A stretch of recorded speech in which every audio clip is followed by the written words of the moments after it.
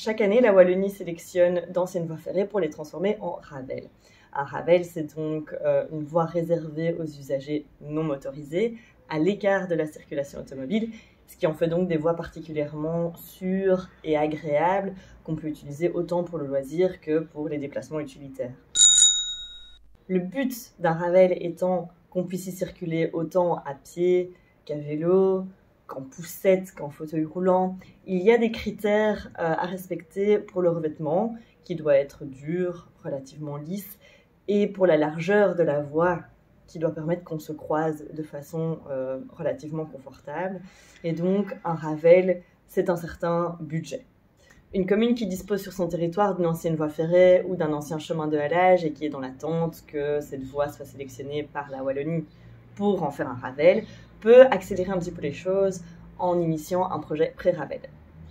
Un pré-Ravel, c'est un projet intermédiaire qui a l'avantage d'être potentiellement peu coûteux, puisqu'il n'y a pas de critères à respecter en termes de qualité du revêtement, largeur de la voie.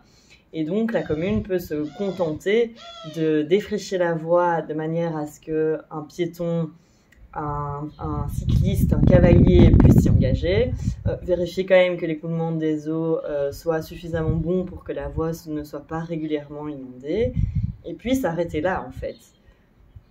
Donc pour un budget nettement inférieur, une commune peut déjà avoir un impact très positif sur son territoire. Yes! Pour mieux comprendre comment s'initie et se déroule la création d'un pré-Ravel, nous avons interrogé notre expert en la matière, Jacques Counet. Et nous lui avons posé nos questions lors du salon Municipalia, qui est le lieu où les mandataires communaux peuvent rencontrer certains prestataires de services, dont la SBL Chemin des Rails.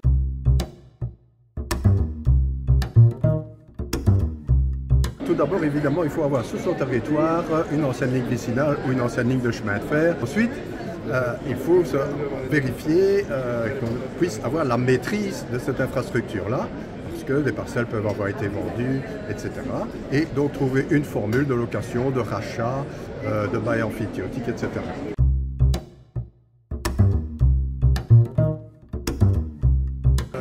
Ce sont généralement des difficultés que je qualifierais d'humaines. Il suffit d'un opposant qui n'est pas d'accord pour faire derrière chez lui, même s'il n'est pas propriétaire, mais qu'il a squatté, par exemple,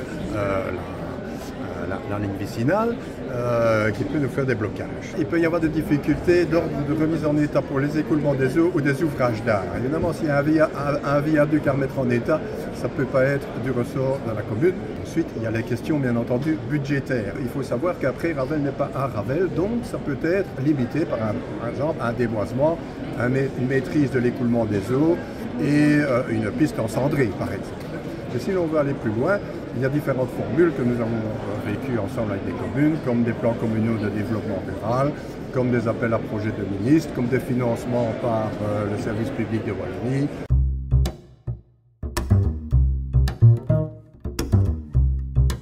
On le fait soit à notre initiative, ou bien à l'initiative d'une commune, ou à l'initiative d'un groupe de citoyens qui veut lancer un projet sur sa commune. Et on travaille toujours très fort en amont. Quand on arrive sur l'ancienne voie vicinale ou l'ancienne voie de chemin de fer, généralement c'est la brousse, on a des ronces jusqu'à la ceinture. On repère alors le tracé le plus en détail possible avec prise de photos, cartographie, etc. En mettant en évidence tous les points d'intérêt, que ce soit par exemple des points de difficulté, de convivialité, des traversées de route ou alors simplement des traversées de bétail d'une prairie à l'autre. Tout ça doit être mis en évidence. On peut arriver alors à faire une évaluation budgétaire. Alors j'insiste toujours, nous ne sommes pas un bureau d'études, on ne prend la place de personne, mais on fait quelque chose qui peut donner déjà des idées d'orientation pour la commune qui alors devra évidemment prendre un bureau d'études et lancer les marchés publics. Puis après il y a le suivi. Par exemple, un chantier est là, une commune nous demande, tiens, pendant le chantier, est-ce que vous voulez pas regarder quel serait le patrimoine ferroviaire à préserver?